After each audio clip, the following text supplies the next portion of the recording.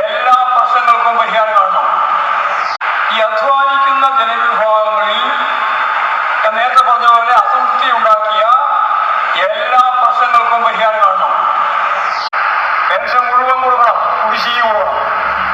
അംഗൻവാടി ആയ ഈ വിവിധ മേഖല, ആശാവർക്കർ, ഹാൻഡ്ലൂം, കയർ, കശുവണ്ടി, പരമ്പരാഗത വ്യവസായ മേഖലകൾ എല്ലാം കൂടി ഞാൻ ഉറപ്പിച്ചു പറയാൻ 10-20% ആളുകൾക്ക് സംതൃപ്തമായ രീതിയിൽ അവർ കിട്ടേണ്ടത് മുഴുവൻ കൊടുക്കാൻ നമുക്കാവണം.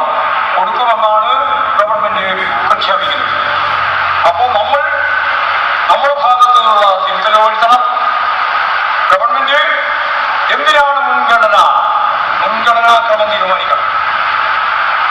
അങ്ങനെ മുൻഗണനാക്രമം തീരുമാനിച്ചിട്ട് ഈ പാവപ്പെട്ട ജനവിഭാഗങ്ങൾക്ക് നൽകാനുള്ള എല്ലാ ആനുകൂല്യങ്ങളും